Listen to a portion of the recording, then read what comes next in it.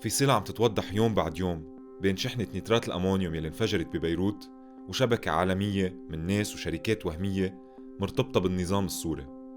بنص هالشبكة كلها في مصرف بقبرص FBME Bank Limited بيملكوه الأخوين فريد وفادي صعب من لبنان. تمت منه التحويلات بال 2013 لوحدة من الشركات يلي مرتبطة بشراية نيترات الأمونيوم.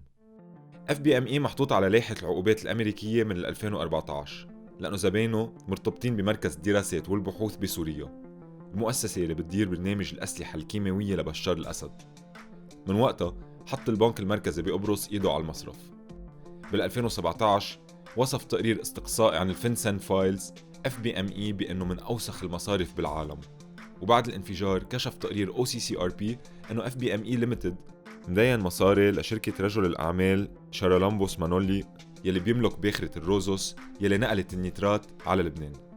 الأوديت بحسابات هذا المصرف بترسم خطوط توصل مؤسسات تابعة للنظام السوري بشركة سافارو والنيترات. شركة باليك فنتشرز عندها حساب ب FBME Limited، وتبين بتحقيق استقصائي عملته باسفيد إنه من خلال هالحساب حاطين أثرياء سوريين وروس إجرهم بالمصرف على مدى 8 سنين قطع فيه أكثر من 500 مليون دولار. مالك بالك هو عيسى الزيدي، رجل أعمال سوري على لائحة العقوبات لأنه بيدير شركتين تانيين بقبرص كمان على اللائحة، بيروسيتي انتربرايزز وفرومينيتي انفستمنتس، وهن الشركات يلي بيشتروا بيوصلوا بضاعة ومال للنظام، وبالتحديد لمركز الدراسات والبحوث العلمية بسوريا تبع المتفجرات. لكن الزيدي بيملك الشركات يلي هي واجهة لمركز بشار الأسد لتطوير الأسلحة. بحسب تقرير جلوبال ويتنس هو موظف عند رجل الأعمال السوري الروسي مدلل خوري. الموضوع على لائحة العقوبات مع خيو عماد من 2014 لأنه جزء من شبكة عالمية بتمول نظام الأسد، وحاول مدلل خوري يفوت نيترات أمونيوم على سوريا بأواخر 2013. كشف تقرير لفراس حطوم أنه مدلل وخيو مرتبطين بالبنك وبشركة سافارو يلي اشترت النيترات. تبين بموجبها أن جورج حسواني والشقيقين مدلل وعماد خوري يتصدرون قوائم عملاء المصرف. عماد ومدلل هن من كبار المروجين للأف بي ام اي وبيجيبوا له عملاء. مدلل وصاحب البنك بيملكوا بنك تاني مع بعض بروسيا. وتانيا والأهم، مدلل وعماد خوري بيملكوا شركة اي كي بتروليوم يلي مسجلة على نفس عنوان شركة انترستاتس يلي بتملك سافارو يلي اشترت النيترات، وعلى عنوان سافارو نفسه مسجلة شركة هسكو يلي بيملكها جورج حسواني المقرب من بشار الأسد. شبكة الشركات المتتالية المتقنعة ورا بعضها بتنقصد وما بتجي بالغلط. أغلب التقارير بال 2013 بتشرح أن النظام اتكل على شركات وهمية مسجلة ببريطانيا أو جزر مارشال أو جزر العذراء، وعلى بواخر مسجلة بدول ما فيها رقابة ليتفادى العقوبات يلي فرضوها عليه الأمريكان والأوروبيين بال 2012. ومن بعد أزمة الفيول بسوريا بال 2012 بنفس السنة طلع النظام قانون بيسمح لشركات خاصة تستورد فيول، ونمى شبكة تأمن له حاجاته من دول مثل روسيا وأذربيجان وجورجيا، وكانت توصل له هالبضاعة عبر قبرص ومرافق سوريا ولبنان.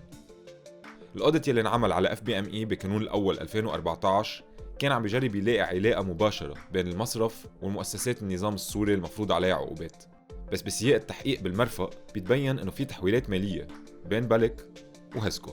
التحويلات صارت بين ايار واب 2013، يعني بنفس الفترة اللي اشترت فيها سافارو نيترات الامونيوم من جورجيا ب 10 تموز 2013. بنيسان 2013 يعني قبل شراء الامونيوم بكم شهر وقعت بالك عقد مع هسكو، وبعتت فاتورة ماضية عيسى الزيدي شاري فيها من هسكو لسخرية القدر أدوات تلحيم بقيمة 508,000 دولار. الدفعات كانت تصير عبر حسابات لشركات وهمية بيملكوها سوريين ومسجلة أوف شور بواحات ضريبية، من هالشركات بيروسيتي وفرومينيتي شركات الزيدي، وتريدويل يلي هي شركة ثالثة ملفتة للنظر. تريدويل كومباني مسجلة بجزر العذراء وعندها حساب ب FBME. تم تدقيق بحسابها من بعد ربطها بمركز الدراسات بسوريا كمان، وطلعت شريكة للمركز. بيقولوا المنشئين إنه المركز كان يخبي هويته وينشأ شركات شريكة له لتحول مصاري من سوريا أو لبنان لمصارف بقبرص. كانت بالمقابل تنبعت الشحنات المطلوبة إما إلى شركات بسوريا أو إلى شركات بيملكها حزب الله بلبنان ويبعتها هو إلى سوريا. مدير تريدويل هو رودين ندرة، موظف عند مدلل خوري وتغير عام 2013. ندرة بينفي الاتهامات.